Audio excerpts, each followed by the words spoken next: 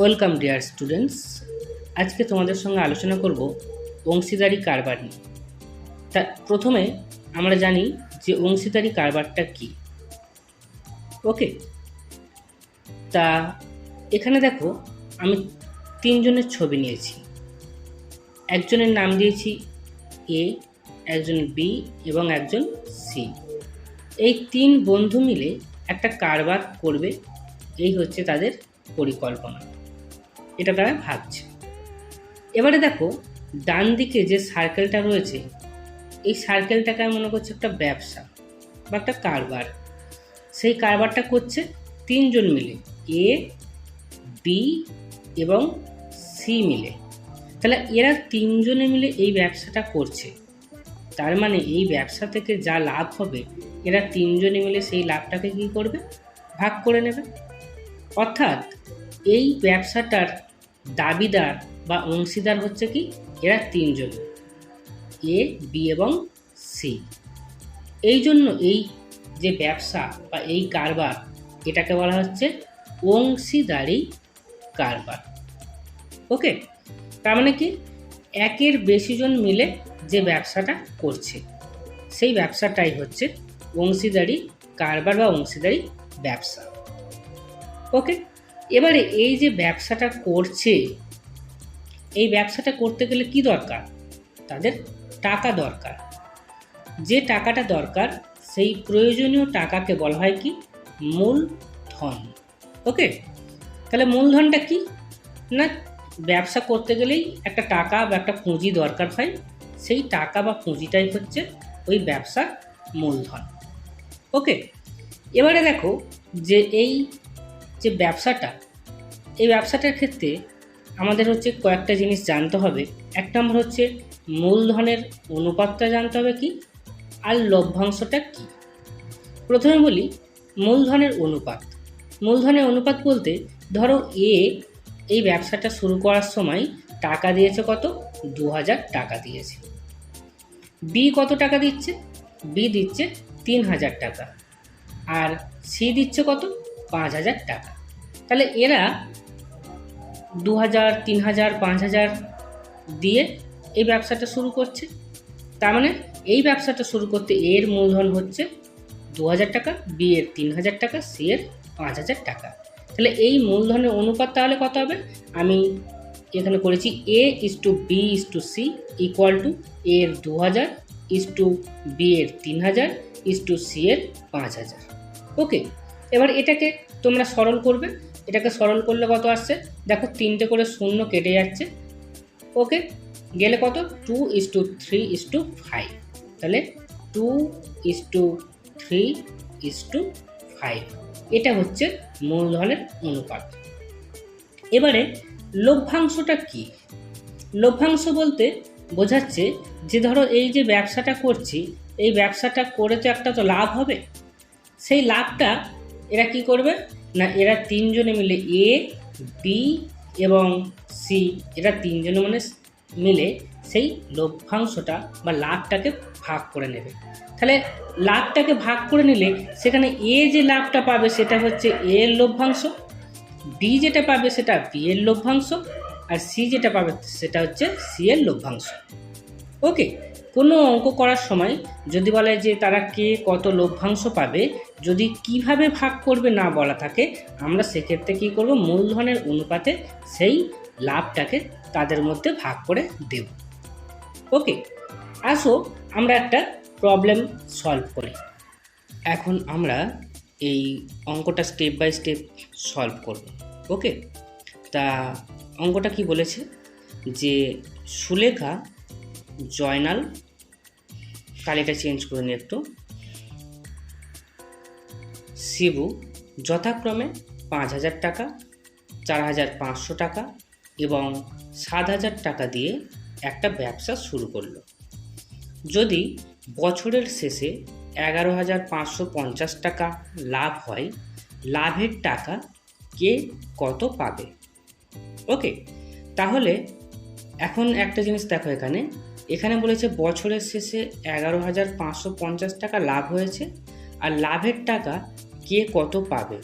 তারা কিভাবে নিজেদের মধ্যে লাভের টাকাটা ভাগ করে নেবে সেটা কিন্তু বলা নেই। যখন প্রশ্নে এরকম থাকবে যে কিভাবে তারা তাদের লাভের টাকাটা ভাগ করে নেবে বলা না থাকবে, তখন তোমরা কি করবে, যাদের মধ্যে ভাগ করা হবে তাদের মূলধনের অনুপাতে সেই লাভটাকে ভাগ করে দেবে। ওকে, তাহলে আমাদের এখানেও কি আছে, যেহেতু কিছু বলা নেই তাহলে মূলধনের অনুপাতে ভাগ করব। সেই জন্য আমরা প্রথমে কি করব, সুলেখা, জয়নাল এবং শিবুর মূলধনের অনুপাতটা বার করব। ওকে, তাহলে সুলেখা, জয়নাল এবং শিবুর মূলধনের অনুপাত, শিবুর মূলধনের অনুপাত, মূলধনের অনুপাত ইকুয়াল টু, তা প্রথমে কি আছে, সুলেখা, সুলেখার মূলধন কত, সুলেখার মূলধন হচ্ছে 5,000 টাকা, তাহলে 5,000 ইস টু, তারপরে জয়নাল, জয়নালের কত 4,500 টাকা ইস টু 4,500 ইস টু, তারপর আছে শিবু, শিবুর কত 7,000 টাকা, তাহলে ইস টু 7,000 ইকুয়াল টু, এখন দেখো প্রত্যেকটা থেকে দুটো করে শূন্য কেটে যাচ্ছে। ওকে, গেলে কত হচ্ছে 50, তারপরে 45, তারপর হচ্ছে 70 ইকুয়াল টু, এইগুলোকে দেখো 5 দিয়ে কাটাকাটি যাবে, গেলে কত হচ্ছে 5 10 50, 5 9 45 আর 5 14 হচ্ছে 70। ওকে, এবারে আমরা কি করব, আমরা মূলধনের অনুপাতটা বার করে নিলাম। এবারে দেখব এই যে অনুপাতটা বার করলাম তার আনুপাতিক যোগফলটা কত। তাহলে আমরা লিখব যে আনুপাতিক যোগফল, আনুপাতিক যোগফল, তা আনুপাতিক যোগফলটা কত, অনুপাতে যেগুলো পেয়েছি 10 প্লাস 9 প্লাস 14, এগুলোকে যোগ করতে হবে। 10 আর 9 করলে কত 19, 19-এর সঙ্গে 4 যোগ করলে কত 23, 23 আর এখানে আরেকটা 10 থাকছে 33। ওকে, তাহলে আনুপাতিক যোগফলটা আমরা পেয়ে গেলাম 33। এবারে দেখো আমরা যেহেতু ভাগ করব যে টোটাল লাভটাকে, এই টোটাল লাভটাকে সুলেখার মূলধনের অনুপাতে ভাগ করব, জয়নালের ভাগ করব, শিবুর ভাগ করব, তাহলে এদের আনুপাতিক ভাগহারটা আমাদের বার করতে হবে। তাহলে লিখি যে সুলেখার আনুপাতিক ভাগহার, সুলেখার আনুপাতিক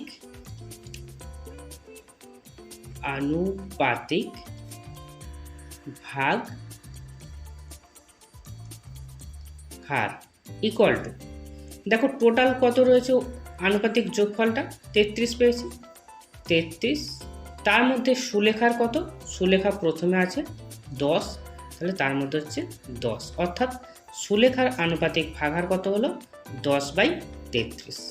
এবার তাহলে সুলেখার প্রাপ্ত লভ্যাংশ কত, তাহলে অতএব সুলেখার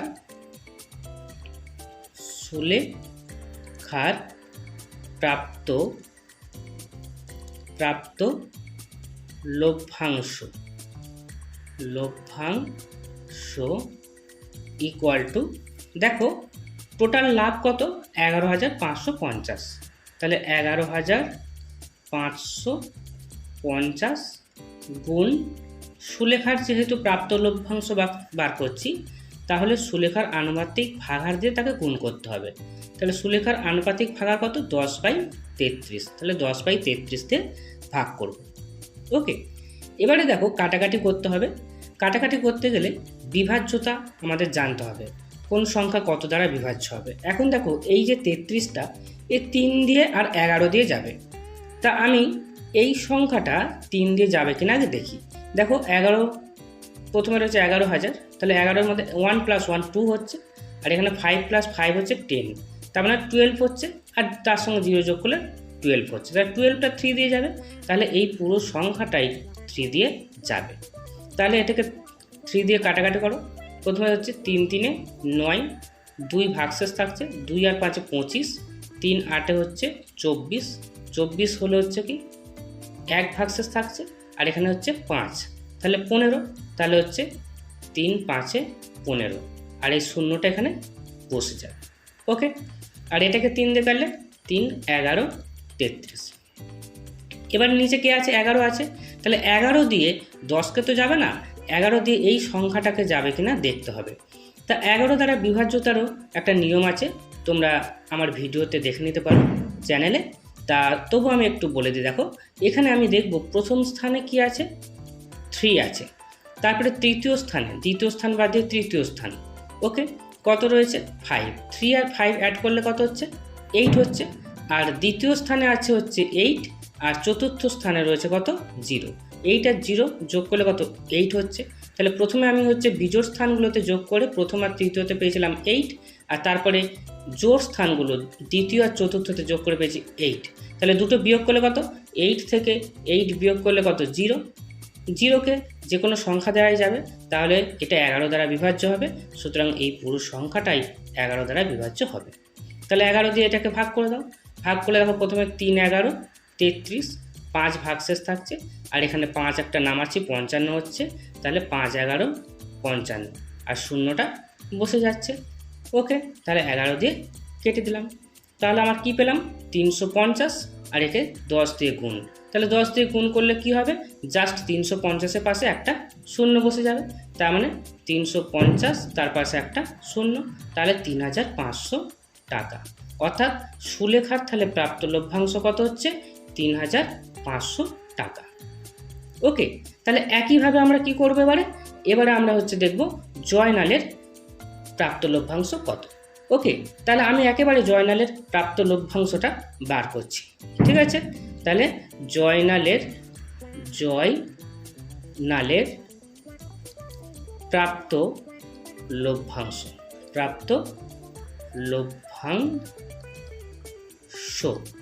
ইকুয়াল টু, সে একইভাবে কি করতে হবে? আমাদের টোটাল যা লাভ আছে 11,550, তাকে গুণ করব কত দিয়ে?